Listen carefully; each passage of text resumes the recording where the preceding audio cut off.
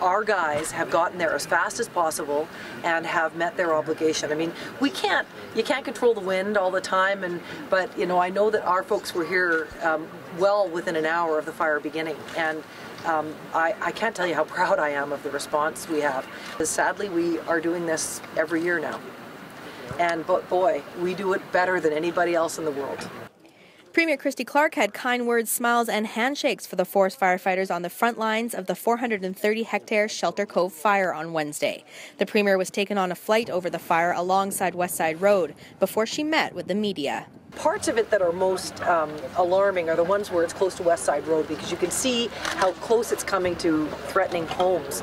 Areas where the spot fire has gone right down to the lake. Flying over a fire teaches you anything. It's how hard these men and women work and how much risk they take every single minute that they're out there. It's incredibly difficult to do what they do, and it looks to me like they're getting it done.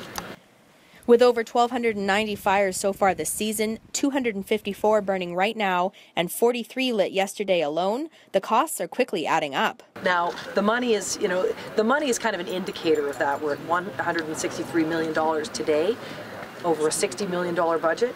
We could be at $300 to $400 million by the end of the season if this keeps up. But, the money is, you never want to have to spend more money than you need to. But we're going to spend as much as is needed to make sure we control these fires. We don't think it'll put us into deficit, but that is a minor thing compared to the impact on people and the impact on our timber supply, on jobs, on people's homes, people's sense of security. That's what we're primarily concerned about. With an estimated 40% of forest fires being human-caused, Clark says the provincial government is seriously considering ways to crack down on those risking our forests.